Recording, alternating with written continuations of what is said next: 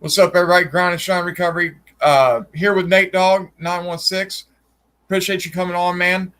Was wanting to talk to you, about kind of how you got into the street life in the beginning, and also we'll talk about how you turned it around. So, First of all, how y'all doing, man? My name is Nate Dogg916. Catch me on YouTube, of course. I got my own channel. But how I got involved, and thanks for having me, first of all, bro.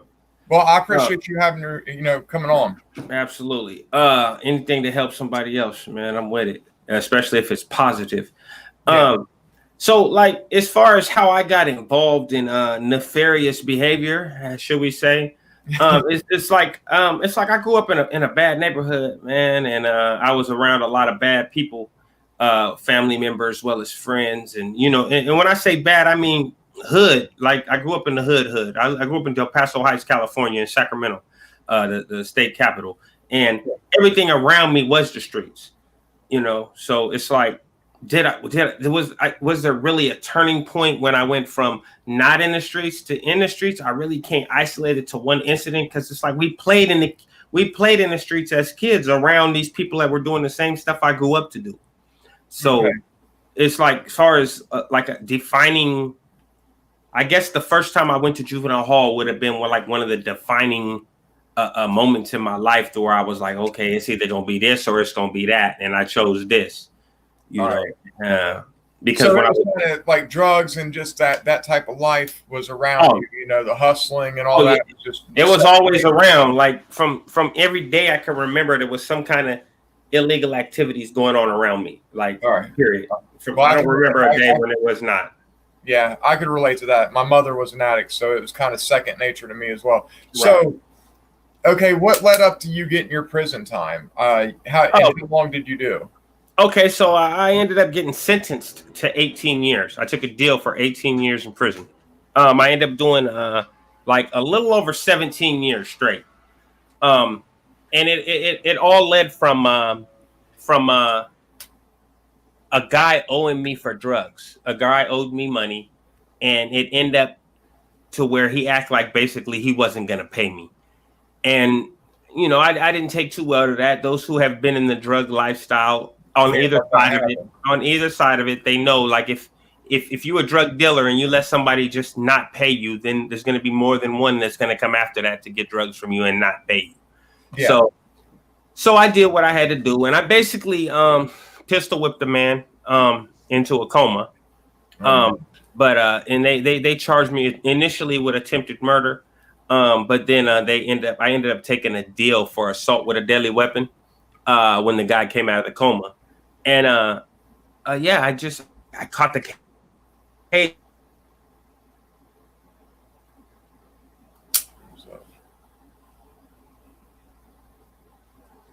Hang on a second, guys. I think Nate froze up a second here. Let's try it now. What's up, guys? I see a couple people jumped in. What's up, Merk? How you doing, man? Let's see if we can get Nate back on here. I don't know what happened here. I think his connection might be a little. I don't know if it's his connection or mine, but yeah, guys. We got Nate Dogg916 on here. He's kind of going to share, hopefully, be able to finish about what led up to his prison time, and how he decided to turn his life around. One reason I had him on is, he promotes nothing but positive change. So that's one reason I'm glad I reached out to him to have him on. Hopefully I'll be able to get him back on here to finish talking about how he turned his life around, because the one thing I kind of relate to his story, even though he was not an addict, I don't think as me, he was more of a dealer. I relate to his story because even though I grew up in a little bit different type of neighborhood, I grew up around a lot of bikers. I grew up in a poorer, working class neighborhood, and I grew up around it to where drugs, hustling, certain stuff was second nature, and I really relate to him on that. You there, bro? Yeah, I'm here. Hey, I think the power just went out where I'm at, so the Wi-Fi receptor went out. Okay, you're good, I can man. hear you right here. Sorry if the quality is different. Yeah, you're good. So basically, like I said, I caught my case. I did almost 18 years in prison, the hard way, and now it's like I'm out here trying to make a difference, man. What was the defining moment? Like, because I mean, I'm sure when you first started your bid, it's almost like you're doing life, when you're that young. So, right. What happened to make you be like, I'm gonna turn it around if I get out, or when I get out? So what happened was, after so many times going to the hole and going to the shoe and just consistently being in trouble, they after my second DA referral, which is what happens when they send you back to the judge to try to get you more time. Yeah. And they were talking about giving me a life sentence. Really? And I was like, man, look, I'm either gonna have to do something different or I'm gonna be here for the rest of my life. And that's when I decided to start, that's when I decided to either stay out of trouble unless the trouble came to me. Because before that, I was more of I'm going to go to the trouble. I'm going to be the trouble. I wasn't. Technically, I was the trouble. And, I decided at that point, after the second DA referral and the second or third shoe term, I think it was the second shoe term, I was like, after I get out of this one, if it's not directly aimed at me or something I can't avoid, yeah, it's not going to be no more raising my hand or volunteering for stuff no more. Yeah. Yeah. So getting out, what was your game plan? To lead up to where you're on, social media trying to make positive change, so social media had nothing to do with anything when I first got released. When I first got released, my only aim was to be successful. Right? Was to be successful in whatever I did. It was to find a good job, find a place to live, get a vehicle, all the regular stuff. Yeah. Okay. And then, so and then my mind was, I'm not going to let anything stop me. And I didn't let anything stop me. I kept going until, I got here where I'm at now.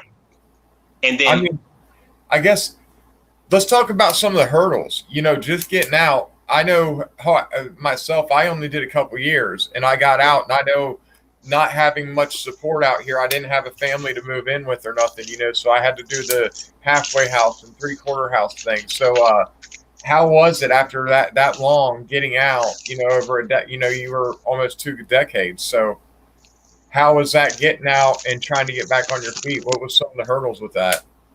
Well, okay, hold on. I'm going to walk outside because my reception's bad in here. All right. But I heard you. I'm at the studio right now, so I'm going to just go outside because I don't need the Wi-Fi right now because the power's messed up. All right. But the thing about that is, as far as hurdles, I was kind of lucky. Because I had somebody, a female I was dealing with when I first was released. So I had a place to live when I came. And I had my family. I paroled to my city, so I still had my family that was here. Yeah. Let me lock this up. Which was awesome. Because people don't realize, the time you did, having immediate family around still, that's a big deal because a lot of things can happen, Well, yeah. Most of the people that were around when I came home were my siblings and the people of my generation. Yeah. So, unfortunately, a lot of people in my generation ahead of me had passed while I was gone. Like you said, because I was gone so long, it was like people got old, people got sick, people, stuff happened. Not a lot of people from my family died on gunfire or nothing like that, but I still lost a lot of people. Yeah. And some of the most important people in my life I lost while I was gone. But as far as coming home, I was just determined that no matter what, I wasn't gonna let a hurdle be a hurdle. You know what I mean? I wasn't gonna let. In my mindset, there were no barriers, there were no hurdles, there was nothing that was gonna stop me from doing what I had to do to be successful. Well, and I'm glad you said that about the mindset because, it's not easy. Yeah, there's challenges getting jobs as a felon and this and that, but it is possible. You know what I mean? If you get out there and really grind at it and you really hustle, you can find decent jobs and things like that. Absolutely. So, Like like I said, I got out 6 years ago, brother, and not one day have I been unemployed. For real, not that's one day. awesome, man. Like I got out. Luckily, I had a family member that had their own business when I first came home, so I worked for them for about 2 weeks. But the whole 2 weeks I was there, I was looking for another place to work. For sure, that's and awesome. I went up and up and up from there, like until where I'm at now, where I'm a Class A driver. You know, a commercial driver. For sure. So, you know, it's like I never would settle for what I couldn't do. I was just going to do what I planned to do, and I didn't care what nobody had to say. For sure. That's awesome, man. And that's the mindset you got to have. You know, you like you said, you can't have no barriers. Yeah, you can't. That's it. I'm going in my room to get my headphones so I can hear you better. For some reason, I can't hear you. But yeah, that's one of the main reasons that I see a lot of people not necessarily fail but give up is because they when they hit a hurdle or they hit something that slows them down, they stop. Yeah. And it's like, well, why are you stopping? You hit that, so you couldn't do it that way. Find another way to do it. Yeah. Or it might take 2 months longer than you planned, or whatever you got to do to get it done, you know? Yeah, I mean, I know my first time getting in trouble, you know, having a probation officer, different things like that. When I got out, I was on what they call judicial release in Ohio. So you get out on like 70% of your time, and then you're on probation. But anyways, I had a PO that I dipped on, you know, because I felt like I was going to violate either way. Instead of, you know, manning up and just doing whatever I had to do, you know, I made the wrong decision, you know. But so yeah, like you said, I guess, you know, what's your best advice to someone, you know, if they might be getting ready to go in, or if they're just getting out, what's your advice for them to try to, you know, build a career or something like what you've done? Okay, so my best advice, okay, if you're going in, get any kind of vocational certificates, any kind of education. If you don't have a high school diploma, get your GED. You got nothing but time. Study a trade. If wherever you're going makes trades available, study a trade, please. And for those who are in there doing time, don't start planning for your release once you get released. Start now. Start planning on what you're going to do now before you even get there, before you start planning what you need to do to be successful upon release. And last but not least, don't quit. No matter what you do not quit, because you're only quitting on yourself. You can't give up on yourself, man. For sure. Yeah, I mean, I couldn't have said it better. I'm trying to think of any other questions I got, man. You know, I guess trying to think of any other thing. You know, what's your message on your channel? What's the best way you could sum up what you're trying to do with your channel and everything? Okay, so my thing is, the main thing about my channel is that no matter what path of life, no matter what walk of life, whether it's addiction, prostitution, a bad relationship, a criminal, a convict, an ex-convict, it's all just part of one big ass struggle. And we're all in the same struggle together. That's why I call it the kennel. But we can make it out. We're not stuck. We're only stuck if we allow ourselves to be stuck. If we believe we're stuck, we can make it out of whatever type of situation we want to make it out of. We just have to be strong enough to do it. You know what I mean? And once again, we got to believe in us. I believe in you, but you got to believe in yourself, no matter who you are. Yeah. Well, and that's the thing. I think most, like you said, most people, when they get out, they hit some of these hurdles, like, you know, some places don't hire felons, whatever the case may be, whether it be having to deal with living in a 3-quarter house and dealing with curfew and them things. I've seen so many guys fail over petty stuff like a curfew or something like that, you know, and like you said, we got to man up and not let anything be a hurdle, you know. But here's the thing. If you're in a 3-quarter house, halfway house, whatever, if it's a curfew, guess what? That's just what you got to do until you get out of there. Yeah. You can't allow yourself to fail on something when you know what the rules are. Yeah. Like if I know these, I've never been to one of these homes, but I'm pretty sure it's just like getting to prison. They give you a long list of everything they don't accept. Yeah. If you know what the rules are, you have to be like, oh, okay, I'm not, because people think, well, I'm not a kid, I shouldn't have to follow no curfew. But you have to follow the rules of the environment you in until you can create your own environment. Yeah. Yeah. And that's, like I said, I see so many people get tripped up with stuff like that, or whether it be a probate, a PO, a parole officer, them things. I've seen so many people use that to kind of trip themselves up. A crutch. Yeah. Yeah, for sure. Well, man, I appreciate you coming on. I really respect your channel, the movement you're trying to, the message you're getting out with what you're doing. So, thank you very much. Remember, like I said, it's Nate Dogg916, man, and I like what you're doing, man. You're trying to put out some positivity, man. That's let's talk about just get one thing out there, because sometimes I feel like prison's glorified on here. I never was at any high levels. I keep it real. I was just at low levels, and I know the violence I've seen there.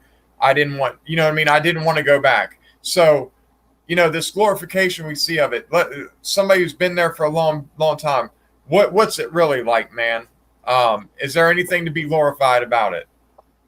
Man, there ain't nothing cool about being in prison. Like, I'm sorry, do you want to have to watch your back all the time? Like, yeah. Come on, man. I'm much rather, there ain't nothing. Look, anybody glorifying doing prison time is flat out retarded. And I meant that exactly how I said it. If you glorifying prison time, you really might need some psychological help. You might need to go see somebody about that, because it ain't nothing cool, fly, or nothing about. You see, I just walked you into my house. I'd rather live in a house than live in a bathroom with another grown man. Yeah, for sure. Because that's what you're gonna do. You're gonna live in a bathroom. Yeah. So if that's what you want to do, you want to live with a bathroom with a man farting, pooping all in the same area where you got to eat at. That's the glory of it. That's the glory. That's what you're doing. A dirty bathroom for years. Hey, I could have summed it up better, man. Well, I appreciate your time, Nate. I'll definitely maybe try to do this again with you, man. Yeah, we'll do it again. We'll have a better internet connection as well, brother. Awesome, man. I'll stay up with you. All right, bro. You have a good day, man. You too. Stay up, bro. Everybody, that was Nate Dogg916. I'm going to hop in the chat and say what's up to everybody. Let's see. Merk. Change Man for Life. What's up, man? Real talk. That's right. Ain't nothing fun about prison, guys. We all know that. Hey, Merk, good looking out on posting his channel. I appreciate y'all dropping in on this. We're going to do another one. His internet went out halfway through, as you guys can see. I hope everybody's been doing good. I'm going to get back on the grind of getting more content out. I took a little break after the drama issue, and I wanted to make sure I kept this channel's direction to where it needed to be, and that's positive change, man. And, like Nate said, there can't be a hurdle in life. We can't let ourselves make up excuses to quit. And, that's just really some good words of wisdom, man. Y'all, I'll probably jump on here later tonight. Also, check me out. I'll be on the new Matt Clark for a part 2 interview talking about my recovery, my life, what it's like now, being a father and trying to do the right thing every day. So check me out over there also, guys. Y'all stay up, stay sober. I appreciate y'all's support.